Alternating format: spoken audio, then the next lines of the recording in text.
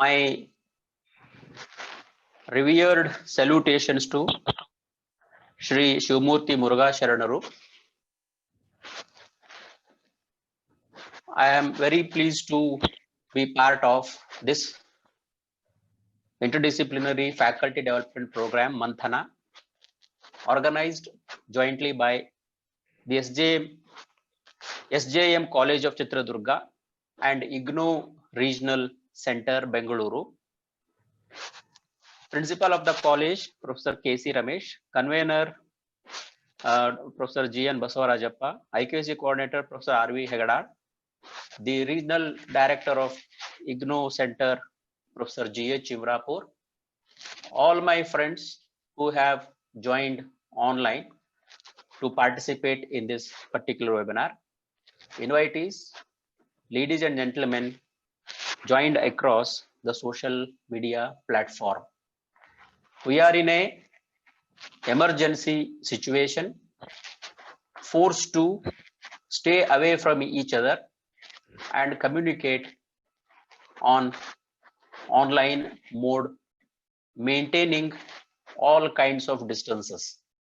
So only ideas transpire without any physical nearness or physical contacts. In this context, when Dr. Hegadar asked me to be part of this particular FDP, then I said, since I'm a student of economics, I would talk about the current Indian economic scenario. So that is how I took the title as the Indian economy today and tomorrow. Of course, because of the pandemic conditions, we cannot forecast the future. So tomorrow cannot be said with very, very uncertainty. But however, what we are today can be described with a greater ease. And since many of the participants would be from non-economics background, I will try to be as less technical as possible. Now, this picture is a representative image which is captured in Mumbai during the lockdown period. And this bird was also in the news recently because of our Honorable Prime Minister. It is looking backwards. Now, we also should look backwards and then contemplate what could happen in the future based on the situation what we are in today. So keeping this background, I shall just continue discussing my ideas. Of course, it would be in three parts. One would be, I would be just recounting the economic history, not very past, but of the last 20 years, the current situation, and thirdly, what are the policy responses required by the government. So we'll be looking at what has happened so far, where are we, and how we have to go ahead if we are to take or make some better progress in the future. Now, friends, let me make it very clear, telling you that, India is facing multiple crises, and these multiple crises are because of various factors. Some are internal and some are imposed upon us by external factors. To recount a few of them, the whole world has been growing at a very slow rate during the last 8 to 10 years. There has been a global recession, and pandemic has only intensified the recession. We are growing slow, but pandemic made it further slower. Then Indian economy specifically was growing at and even today has been growing at a very, very slow rate compared to what it was in the previous decade. And last year, even in 2018 also, we were discussing about the economic slowdown, its causes and consequences in India. And because of various reasons, there were a number of tensions with regard to trade relations between various countries, basically between America and China. And because of this reason also, India's prospects continued to change. We expected that many new investments could come to India if America-China trade war intensifies. Now that was in a way a crisis which we faced because it affected our trade pattern significantly. Fourth is because of the kind of neighbors we have, all are like very uh, tormented brothers who are trying to pull our legs from all the sides. So we have geopolitical tensions throughout our borders, whether it is Pakistan, whether it is Nepal, whether it is Bangladesh, or whether it is China. We have been facing these geopolitical tensions continuously, and it has also intensified during the last 6 to 8 months. And there was deglobalization tendency. If you remember, it may be the Brexit, or it may be the Trump's declaration of making America great again, or even our own Atmanirbharta package. We went towards what can be called as deglobalization. And added to this, there were a number of natural disasters, maybe in the form of cyclones, in the form of forest fires, in the form of floods, which we are experiencing throughout the country. So there were many natural disasters because of which the Indian economy was not growing at the rate it was supposed to grow. It was not growing at its potential rate of growth. And over and above all this, the COVID pandemic hit the world as well as India, and being the immediate neighbor of China and being a very densely populated country, and also with people not having proper facilities, maybe like water, like sanitation facilities, etc. The infection went on increasing, and that also forced the government to change its priorities. Government had thought of reaching 5 trillion GDP by 2025. But because of this COVID-19 pandemic, it was totally left to it was pushed to the background. So because of these multiple crises facing Indian economy, situation is what we are today and where we are moving to. We feel somewhat worried about the status of the Indian economy. I'll just try to explain these. Now, for instance, if you look at the global growth rate, the global growth was around 4%. It declined gradually. And in 2019, after the pandemic, it took a deep dip in 2020. And of course, it is supposed to revive by 2021. Only time has to tell whether it will revive or not. But anyway, we are expecting a V-shaped recovery in the days to come. But what you should notice is the very low level of growth at 4% per annum, and the slowing down of the growth rate, which I was talking to as the global recession. Now, if you look at the major countries and their performance, you see that almost all the countries except India and to some extent Russia and to some extent America, they experienced negative growth rate during the first 3 months of this calendar year. And of course, after April, there has been certain difference, certain change in the growth rates, especially of China. But still what we see is there has been negative growth rate in major countries, and this has further affected the prospects of global revival. And this is mainly attributable to the COVID pandemic. Now, not only the growth of income, but the trade between countries also has been affected.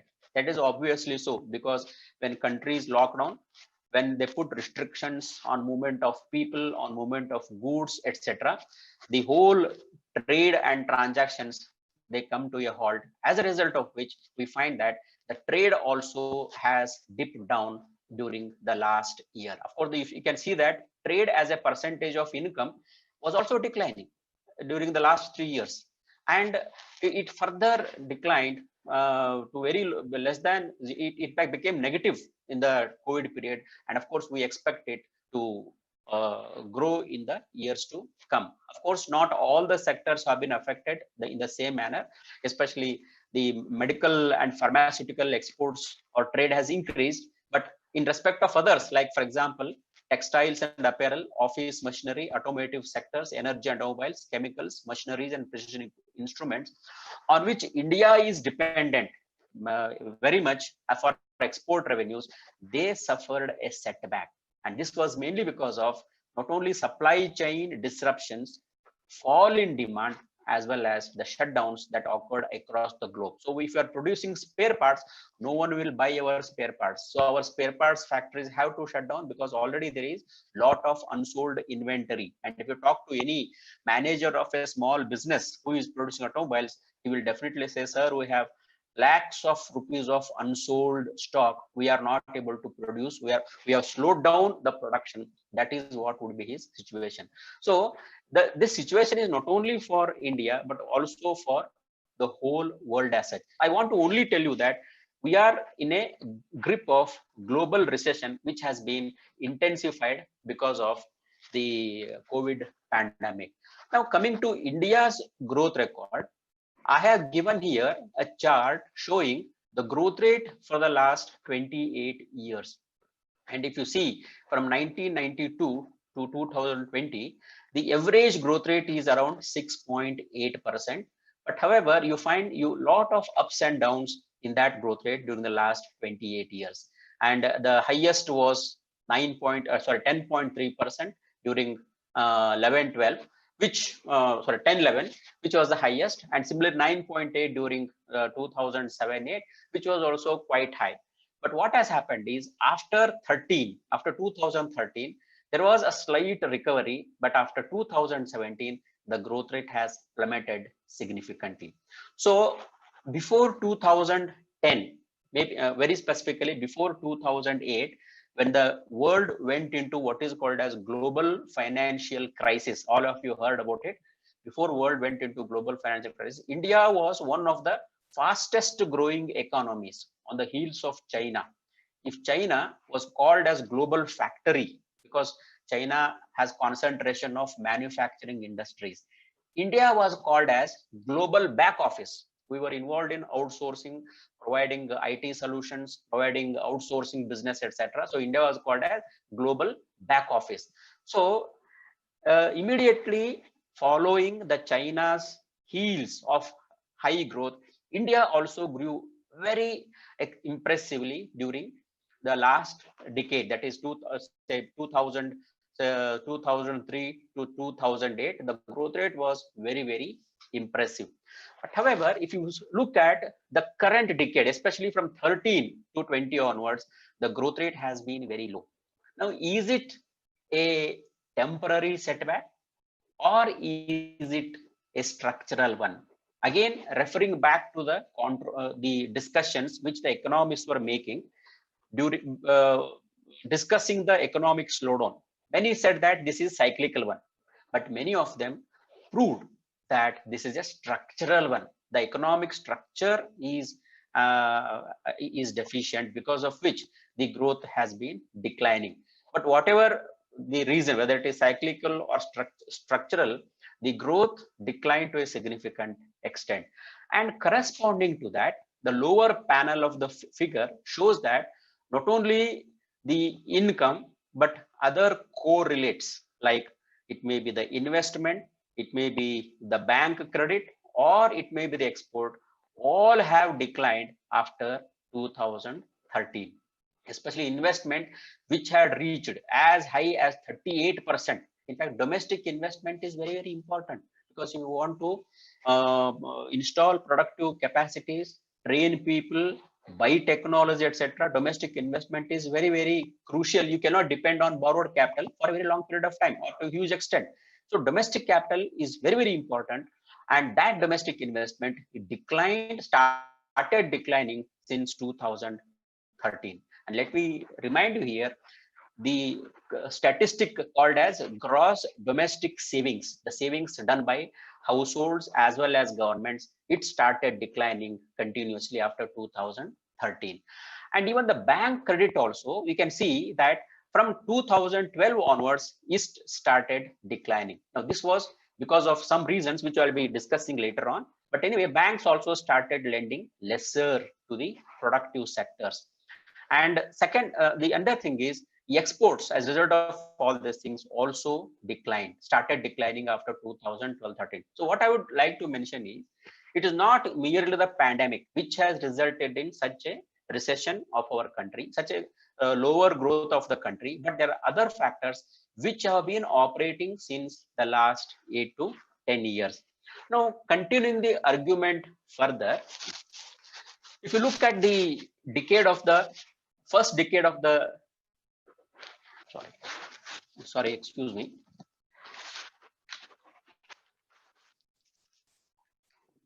Excuse me for a while. Okay, sir.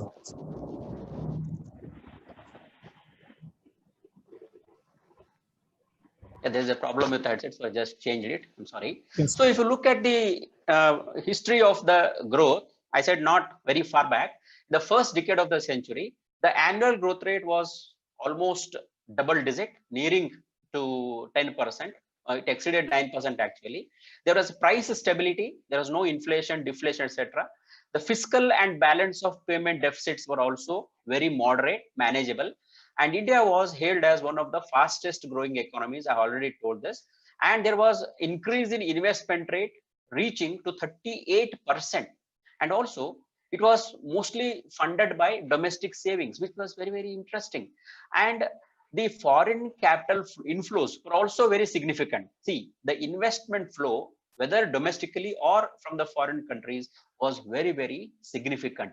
All this added to what was called as the dream run of the economy. This dream run of the economy was also supported by the debt and the credit that was sanctioned by the banking sector to the private corporate sector. But however, the banking credit, it went in a larger measure to the big business houses that had very good connection with the political firms. But fortunately, whoever borrowed the money during that activities, especially infrastructure projects like roads, ports, coal, and power plants. Now, when the infrastructure projects are strengthened, let me tell you, the productivity increases, and that further increases the growth potential of the economy. And what is more important, that was a time when the public-private partnership were growing at a very large scale. And in the face of decline of government investment, the investment in infrastructure kept pace. Though government investment declined because of increase in private investment, the public investment in infrastructure kept pace, and that increased the productivity of the economy. That was up to 2007-8. This rosy picture was up to 2007-8, and in 2008, we know the global financial crisis occurred. But however, India was not affected very severely, unlike other countries like European countries, America, or even Japan, etc. Mainly because of two reasons. One is we had still very strict financial regulations. Our banks were not very much open to other countries, and our markets are also relatively closed. The Indian domestic market was closed, and it is huge also. We need not depend only on export performance. Even the production can be supported by the individual markets. So because of these two reasons, we were immune to the global financial crisis. And along with that, government adopted what can be called as accommodative monetary policy and a flexible fiscal policy. Monetary policy is what the RBI takes to increase the money supply in the economy and also increase the credit flow to the productive sectors. So there was accommodative monetary policy followed by the RBI and flexible fiscal policy followed by the government. Fiscal policy is in terms of the expenditure of the government, taxation rates, etc. And the government also had a lot of flexibility in adopting this flexible fiscal policy. As a result, though our performance declined in 2009, suddenly in 2010, the performance increased. And as I showed you in the figure, in 2010-11, the growth rate even crossed 9% per annum. So we were not affected by the global financial crisis. But there was a sad or a darker side to this story as well. what happened in 2003 to 2008, there was a darker side. As many observers have found, the growth was not inclusive, it was not broad based, and it was not becoming of a country like India. And many writers have pointed out that it was crony capitalism, that is capitalism where the capitalists, they tie up with the government and try to take benefits all for themselves. This crony capitalism, it was at a helm of its affairs during that particular time. In fact, many reforms which were called as pro market, they were not pro market, but actually they were pro business, and benefits were accrued mostly by powerful business groups. And this is reported very beautifully by Atul Kohli in his book Poverty in the New India.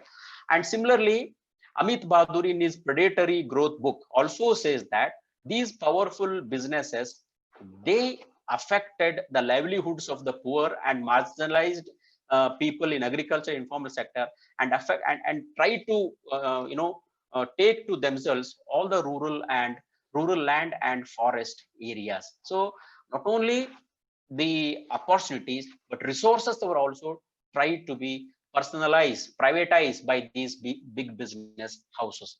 The same has been supported by James Crabtree in his book The Billionaire Raj, who shows that after 2003, the list of global billionaires in India increased, and the liberal economic policy era, it only cemented, it only strengthened the relationship between the business houses, politicians, and this became what can be called as the symbol of crony capitalism, where the benefits were meant for very few people and only those people took the benefits.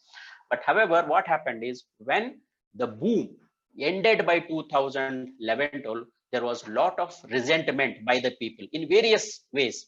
People started resenting against it, not only people, but even the press also. And fortunately, judiciary also started talking about these things. Government, see, you are unnecessarily giving privileges to few people, and they are misutilizing the privileges, and they are affecting the people. For example, you may think about the credit given to Vijay Mallya and his closure of this Kingfisher Airlines, and also you can also link it or relate it to the kind of mining mafia that had emerged in Karnataka. So that kind of situation had emerged, and there was a lot of resentment by people, by organizations, and even by the judiciary. So there was a kind of awareness that had been created, and the decline continued, and there were massive protests across the country. Nandigram is the better instance.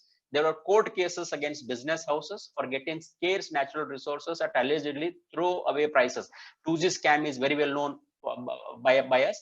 And by 2010, this euphoria about reforms got muted. Means whatever growth story or growth wave we were riding, it got muted, and we were forced to see low growth, low domestic saving, low investment, and low capital flows. Even IT exports, which were very, very high, they started declining, mainly because of the US policy of imposing taxes on the outsourcing, and inflation started increasing, and balance of payment deficit also became precarious. See, one indicator leading to the problems in other indicators.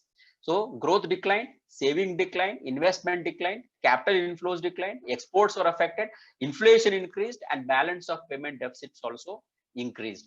And when all these things happened, when the income accruing to business started declining, these corporates did not repay the loans to the banking sector.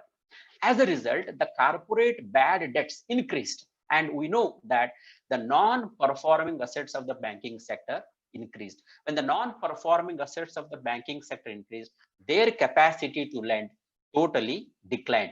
And this was a very, very serious note. And The Economist in 2014 issue notes that despite the credible record of economic progress, the perceptions of corruption and cronyism resulted in political upheavals. And in the same year, when the election was held, the then ruling party was toppled and a new party came to power. Let me again tell you that this was not only reason, there are other reasons also, but this could be a major reason for toppling of the then government which was ruling the country. The UPA lost its power and NDA came to power during that particular period. But however, even during that period, let us notice that the growth has been inclusive. Growth includes in the sense the poverty declined and living standards increased. And in the 10 years of 2005-6 to 2015-16, nearly 3 crores people were lifted out of extreme poverty. About 95% of households had access to electricity, and almost all the people had were given sanitation, and many individuals, households got access to bank accounts, and the Aadhaar extension and introduction of the goods and service tax, it tried to formalize the economy. Of course, I'm just trying to merge the transition from the UPA government to NDA government feature, wherein NDA, when it came to the power in the first instance, it tried to project its image as a government which is committed to Sabka Saath, Sabka Vikas, and accordingly, these measures were taken. So it tried to reduce poverty, it tried to improve the access to basic amenities like electricity, sanitation, and bank account, and it tried to make the economy look more formalized. Now, let me tell you once here that even though we have been growing at a very high rate, 90% of our activities in the informal sector. Informal sector is that which is not registered, which is not organized, which is not governed by any rules and regulations of the government. So therefore, that means there's no control on those activities, and obviously there is no support for that particular activity. So there was no what I can say effort to formalize it, but with the use of this Aadhaar digital ID program and the goods and service tax, some effort has been made to formalize the economy. How it will benefit, we'll have to wait and see. Of course, there are certain initial problems, but still it will have a lot of important ramifications. Now, when we come to the NDA regime, I told you that NDA regime came with a declaration that it will ensure minimum government, but maximum governance. And it was committed to promote free market ideals. Of course, it is more a rightist government. As a result, it is more promoting the business interests. Of course, the whole idea was modeled on the so-called Gujarat model. Whatever was found successful in Gujarat was tried to be implemented at the country level also. So with that particular objectives, the government, NDA government came to power, and this went well, very well with the global financial elites and globalized Indian middle class. And government started adopting fiscal orthodoxy. Fiscal orthodoxy means there are some fiscal targets. For example, the FRBM Act of the country says that your fiscal deficit cannot go beyond 3.5%. And the government is committed to that. The government is committed to that. And the fiscal orthodoxy was maintained, and inflation targeting. The government took such measures which will not raise the prices, which will keep the price level low. And it also tried to enforce the rule of law. So because of these three important things, the ease of business doing index increased. And we know that from 142nd rank in 2014, we went up to 63rd position in 2019. This was a very, very good progress because of the policies adopted by the NDA government. The government also nurtured nationalist projects. In fact, the government also always says Rashtriyavad, Hindutvad, etc. So because of that nationalist projects, it adopted the Make in India program, wherein it wanted to increase the manufacturing share in the GDP to 25% by 2022 and create huge manufacturing sector jobs. So agriculture is pressure is reduced and manufacture is improved.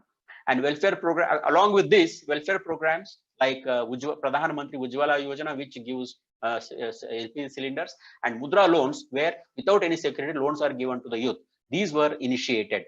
So better programs to help some specific segments were taken up by the government.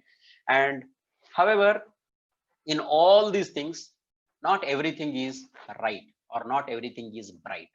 Two important things which went against the current government's performance were, one is of course demonetization. We know how it disrupted, just like the pandemic has disrupted the business and small people, the vulnerable people.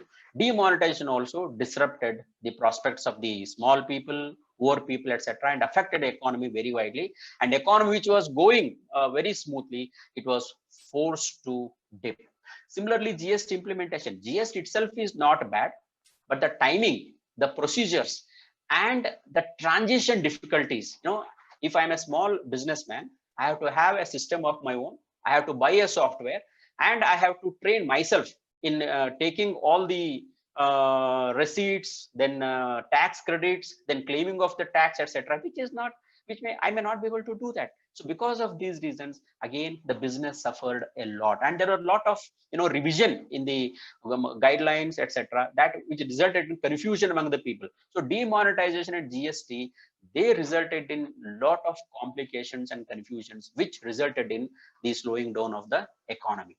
And very worse situation has been with regard to maintenance of the database. This government is also alleged to have, I don't say tampered, but modified the data generation in such a manner which is not as per the principles. So as a result, what we see, whether it is national income statistics, whether it is employment and unemployment statistics or consumer expenditure surveys, they have not been created or prepared properly. And especially the consumer expenditure surveys, which the NSSO had designed, they were suppressed by this government because it showed decline in the consumer expenditure during the last 5 years. So such a kind of database suppression, database modification has been adopted by this government, which is not very good of any government which claims good governance, because governance requires information, and only good information can give you good governance.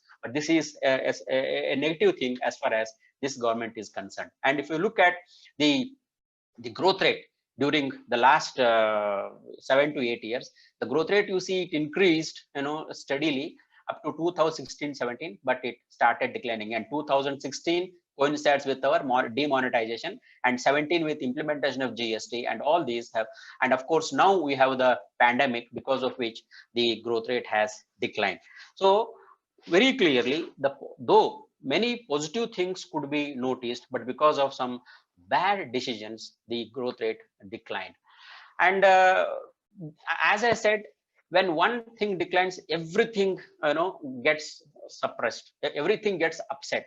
So since 2013, I have already told about this, but anyway, just to support my argument, the domestic private investment and global demand have, because of global recession, have come down.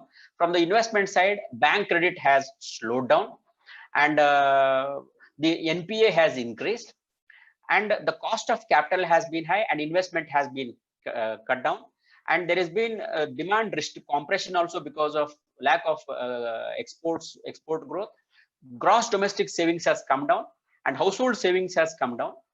And let me very clearly tell that labor force participation has fell. Labor force participation is people in the working age group 15 to 59 who want to work, but who don't find work, they just participate in other activities. For example, studies, that is called as labor force participation. So labor force participation has fell mainly because there are no employment opportunities. And this has happened much mainly for the female rural labor, female as well as the rural labor side. And not only that, some of the core sectors which were responsible for growth, some of the important sectors responsible for growth, like manufacturing, constructions, they have shown significant decline. So what the lessons from this particular slide is that, so all the factors which promoted growth earlier, they now started looking down, impacting on investment, impacting on employment, and impacting on major sectors like manufacturing and construction. As a result, the economic fundamentals became weak. So earlier we used to say our fundamentals are strong, but unfortunately the fundamentals became weak because of all those things. And fortunately, the inflation rates have been low throughout the NDA rule period. But savings and investment, I have told you that they have been declining. This is the pink line is gross capital formation, that is investments for productive purposes. The gross capital formation has declined. If you see that there's a trend of decline, though there is increase slightly, but later on it has been declined, especially after 2013. The decline is very, very severe. The same thing about the gross domestic savings. The gross domestic savings also has declined. So there has been decline in savings and decline in investment rates. This includes both private and public investment. Okay, so the decline. And similarly, the trade also has declined. Both exports and imports as percentage of GDP have declined, though they increased after 2016-17. Imports has increased, but exports has not increased, resulting in worsening of our balance of payment scenario. Now coming to the basic production activity during this particular period, because I told you that the NDA government announced Make in India program as one of its flagship program for promoting manufacturing activity. But if you see the manufacturing sector, you find that the manufacturing sector has not performed better. In fact, according to Mehrotra and Parida in their study, they say that there is a stagnation in the manufacturing sector. And what is more worse is the manufacturing sector has reported a loss of jobs to the extent of 3.5 million. So instead of increasing production and increasing employment, during this period, both have not happened. And this is supported by two more unwanted tendencies. One is the industrial capacity utilization has declined since 2011. It may be due to infrastructural deficiencies, it may be due to demand deficiencies, or it may be due to structural deficiencies. The industrial capacity utilization has declined. This is actually, there is data to show this also, but I'm not included here. But this is a result which has been found by Mehrotra and Parida. And there is a rise in the value of stalled investment projects. So you have proposed a project, but that project is not completed, and the value has been increasing, especially in the private sector. That means when a project which you have conceived, if it is not completed, then many other people who want to enter into the business, they will be in a very, very careful mode. They'll precautious, they'll not come forth. So that affects the investment climate. Now let me again go back to that ease of doing business, investment climate. It might have improved, but when you look at some of the parameters, there is some contradiction which we notice. And very significant effect has been in the employment and labor market. There has been job losses to the extent of, in fact, this data is based on a McKinsey Global study. McKinsey Global is a global NGO. Research organization, and it shows that in India, the job losses have been in the range of 6.2 million to 15.5 million. Rural India lost 21 million jobs, and urban India gained nearly 15 million. The job losses was mostly among women, youth, Muslims, and OBCs. See, the disadvantaged sections, they lost the jobs. And job gains are mainly for men, members of the SCs, STs, and other maybe advanced castes. So the growth process has not been job creating. It has been jobless growth or job loss growth. And what is more worrying is the open unemployment, that is people who want a job but are not able to find, has increased from 3% to 8.8% from 2011 to 2018, 2011-12 to 2017-18. The open unemployment has increased. The labor force participation, I told you, those who are working or looking for work but are not able to find, it has come down from 39.5% to 36.9%. The real wage in agriculture has declined. It has grew at only 0.5% compared to 6.7% during 2009 to 2013. That means in the previous decade, the agriculture wage increased by 6.7%, but in the last five years, it has increased hardly at 0.5%. So there has been unemployment, there has been job loss, there has been less increase in wages. So what happens? Because of this reason, the consumption expenditure has fallen across the country, whether it is rural areas, this is the rural area, and this is the urban area. You see that, especially in the rural areas, the consumption expenditure has declined in all the classes. These are the income classes. Bottom is bottom 10%, and top is top 10%. Second is 10-20%, like that. So you see that the consumption expenditure has declined among all the classes, not only in the rural areas. In the urban areas it has increased, except for the top decile. So what we find is the job loss and wage decline, or wage non-increase of wage, has affected the rural consumption very severely. Now what is the consequence of this? The consequence of this is poverty ratios have taken an upward look, or they declined. See, from 93-94 there has been a secular decline in the poverty, but after 2011-12 the poverty rates has increased, especially in the rural areas. So this is directly the consequence of the lower job creation and lower increase in wages. So therefore what we find is, if you look at the last 10 years, especially after the global financial crisis, it is a story of an economy in distress. So there is declining growth rate in output, there is job losses, withdrawal of workers, sharp rise in unemployment rate, stagnation in real wages, and weak output growth, poor labor market performance, lower per capita personal consumption, rise in poverty, and loss of social welfare. So on the macro level, you have these unwanted effects.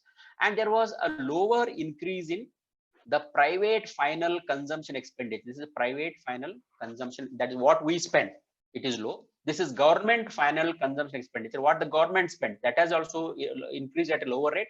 And this is gross capital formation, investment. So both consumption and investment and even exports have declined. If you remember the macroeconomics identity in economics, when we say macroeconomics, we say y is equal to c plus I plus g plus x minus m, where c is consumption, I is investment, G is government expenditure, X minus M is exports minus imports. Now you see that all the components have declined. Consumption, investment, and exports have declined, resulting in decline in the growth rate. And added to that, the rise in NPAs has affected the banking sector significantly. And what has happened is, though the government said that we will implement rule of law, but many defaulters, they left the country. They are called as fugitive defaulters. And some people also said that we are in an era of tax terrorism. For example, many people, especially VZ Siddhartha, he committed suicide. Of course, there may be other reasons. So this was a kind of environment that was going up.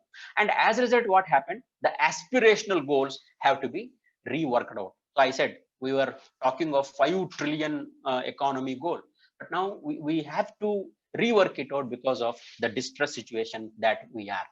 And after all this, with all this background, came the pandemic.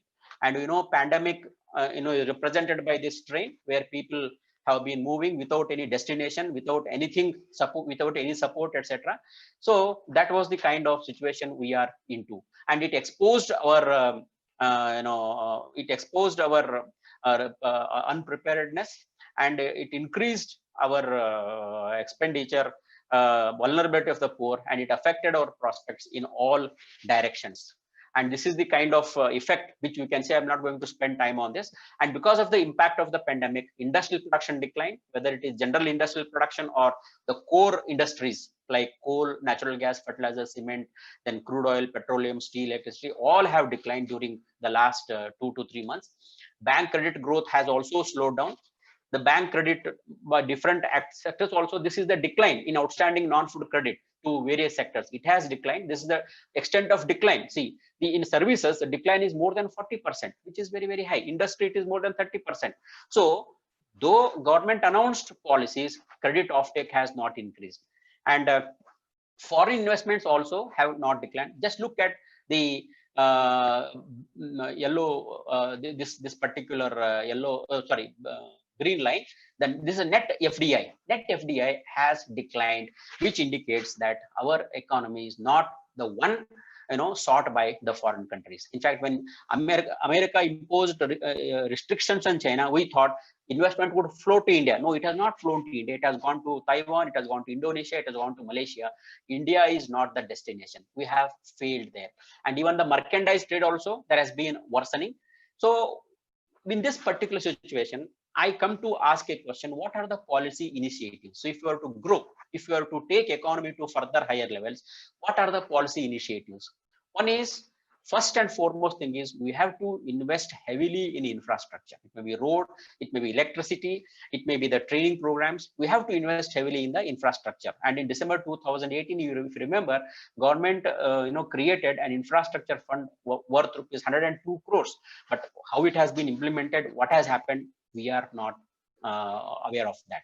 Government has to promote PPP wherever required so that infrastructure development takes place. So infrastructure has to be built up, because if infrastructure is there, then manufacturing sector will automatically develop. The second area where investment is to be made is investment in human capital.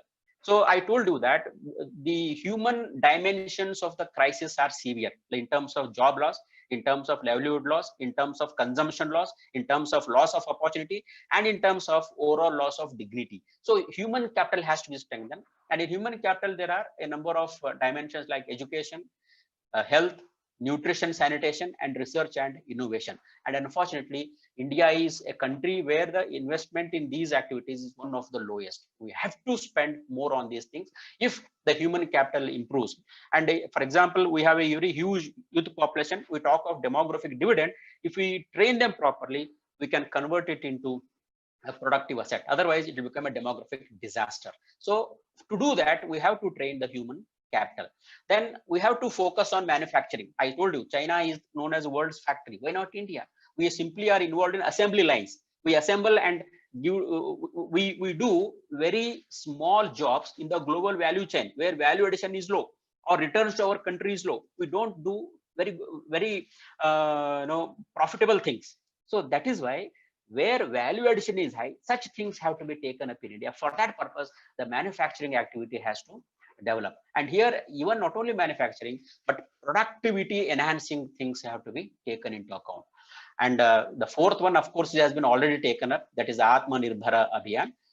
We have to focus on local development. We have a lot of resources, we have a lot of potentiality. We have to identify the potentiality of each district. And thanks, in the last budget, one product, one district scheme was announced, and that needs to be realized now. That needs to be realized. So that will help in improving the self-reliance of the regions, self-reliance of the country as such. And the social security and safety measures have to continue if we have to promote the human capital and increase the welfare in the society. And more significantly, even today we are a divided society. Everyone do not get the same amount of opportunity. So therefore, we need to follow inclusive development initiatives, especially by reducing inequality and increasing opportunities to the disadvantaged. Okay, so, and we know as a part of this, government announced this Atmanirbharata Abhiyan. I'm not going to spend time on that. I already told you. But however, we have a lot of opportunities. I'm not going to focus on this. But I will be talking about some of the weaknesses which are very, very significant. One is the inequality. In India, inequality is very huge. And as for the report of the either Credit Suisse or by Oxfam, you see that the share of the top 10% has increased drastically. The share of 10% has increased drastically, whether you look at the income share or share in the GDP, or if you look at share of the bottom 10%, it has been very, very low. The richest 10% have 77.4% of wealth, where the poorest 60% have only 5% of wealth. And this has to be controlled. Somehow government has to initiate policies to reduce inequality. And I already told you, manufacturing in India is the lowest, weakest link. Though the world is talking of 5G, we are still in 4G era. We speak of make for India, but our make in India itself has not been successful, and we have to go ahead in that. Even in terms of agriculture, we need to do a lot of things, especially in terms of the post-harvest infrastructure. We need to promote a lot. We have to focus on agri-processing, and we have to focus on transforming every farmer into an agripreneur. Only then agriculture can develop. Infrastructure, I've already told, I'll not focus on this. And more important is health, because in pandemic, what is necessary is promotion of health activity, but our health system is not proper. And this is the report which came in Prajavani last Friday, and our health department is not all the well, and we spend hardly 0.7% of GDP, which is very, very low. Even in education also, many things show that our response to the needs is very, very poor. We are very poor in responding to the situations. So this is a report of NCERT survey. This is available on website. You can just go and see as to what are the problems faced by the students in online learning, wherein NCERT has surveyed students from Kendriya Vidyalaya, Navodaya Vidyalaya, and CBS affiliated schools. That shows us how we have not trained our teachers, how we have not prepared our students, how we have not motivated our parents to go in for advanced learning and advanced teaching. Just spend 2 minutes on this particular slide. This shows what will happen if India spends more on raising the human capital. Now see, this is the India's human capital index compared to other Southeast Asian countries. You see, India has the lowest human capital index, but it focuses on the human capital development. Then by 2030, it could be somewhere higher than these other countries. And similarly, education and innovation index also is very low. But if we can improve the investment by the rates in other countries, especially Thailand, Korea, etc., we can definitely go ahead. So what is more important is investment in human capital, especially in education, innovation, research and development are to be made. So I would repeat, education, research and development, innovation, infrastructure are the ones which are very, very essential for these things. And this slide shows that our research and development expenditure is very, very low. This blue line, it is very low and it has been falling over the years. And we cannot ignore the importance of research and development in these modern days. The government has to spend more on the research and development. And not only that, government is not opening up itself. It is not even allowing the state government to spend. The problems are not as worse as in other countries like Argentina or Brazil, etc. Government can relax itself, but it is not doing. So here I argue that government can temporarily relax the fiscal deficit and devise some novel means to mobilize the funds. And the study itself, the finance minister has asked the state governments to borrow additionally to fight the pandemic. That's a good move. That's a good move, so that we can now at least fight the pandemic, invest in recovery. That would bring about more economic recoveries. And other long pending reforms like land reforms, labor reforms, legal reforms, etc., which have to be taken up. And more importantly, there are other black swans.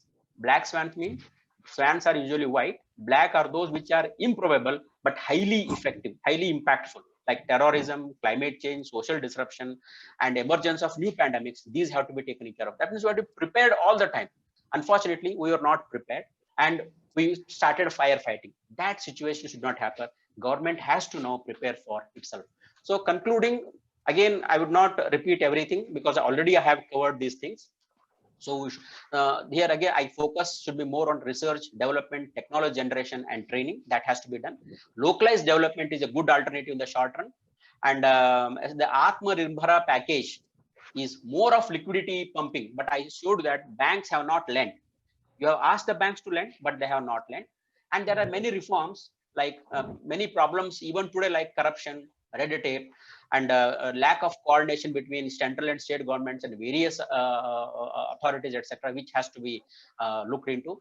And rural potential is still not thought of. That has to be made. And more significantly, the data dissemination has to be proper, because even I tried to get the impact of this Atmanirbhara package Abhiyan, but data is not available. So we need to improve the database. Okay, so what we can do as social scientists or teachers. So what I would urge all of you is to undertake location specific and sector specific studies to identify the reach of the government programs, identify the ways in which each sector and region can be made self-sufficient, maybe at village level, Hobli level, Taluka level, district level, and what even sector level also you can take up studies. So involve yourself in education, research, training, innovation. That is what is very, very essential. And you should engage in dissemination of research and knowledge. This is one way of doing that, but you can do that. And more importantly, review the policy of the government. Don't just simply accept it, but make a critical review, how wrong it is and how proper it is, that you have to do. Okay, this is what we can do. These are some of the references based on which I have prepared this particular presentation. And Bill Gates says it is not a pandemic, it's not a virus, it is called a new world order. We have to accept that, we have to live with that, we have to plan for that. That's what it means. So I hope that every one of us remain safe, don't involve in spreading the pandemics. And I hope we have tried to share some of the ideas. I thank you for all the patience, and thank you for your thanks for the opportunity given to me in this particular session. And any questions, comments, feedback are really welcome. Thank you very much. Over to you, Dr. Hegelar. Sir, thank you, sir. Sir, thank you, sir. Sir, actually, we are all wet by the shower of your informative and valuable talks on Indian economy today and tomorrow. Actually, it was very wonderful and informative. Hello, sir. I am audible, sir? Sir, are you audible, not listening sir? You.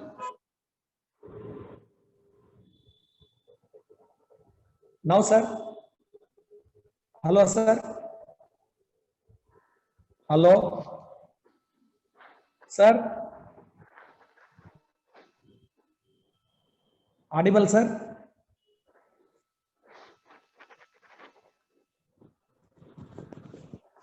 Hello, sir?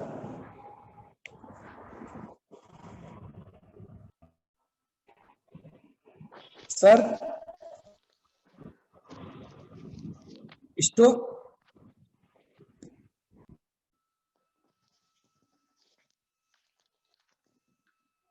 Hello. Sir, is it audible, sir? Yeah. Sir, thank you, sir. Thank you. We are all wet by the shower of your informative and valuable talks on Indian economy today and tomorrow, sir. Actually, I have focused on the today's situation of Indian economy, sir. Really, it is very informative. I am thankful to you, grateful to you on behalf of our SDM institution and on behalf of all the participant friends on this webinar, sir. Thank you, sir. Thank you, sir. Thank you, sir. Thank you. Dear friends, I would like to extend my sincere thanks to our principal and our secretary and our CEO. And at the same time, I would like to extend my sincere thanks to our webinar convener, Professor J.N. Basurajappa, sir, and all my colleagues and all my dear participants from all the parts of the nation. Sir, thank you. Thank you once again. Thank you one and all. We will meet tomorrow at same time in Zoom also. Thank you, sir. Thank you very much.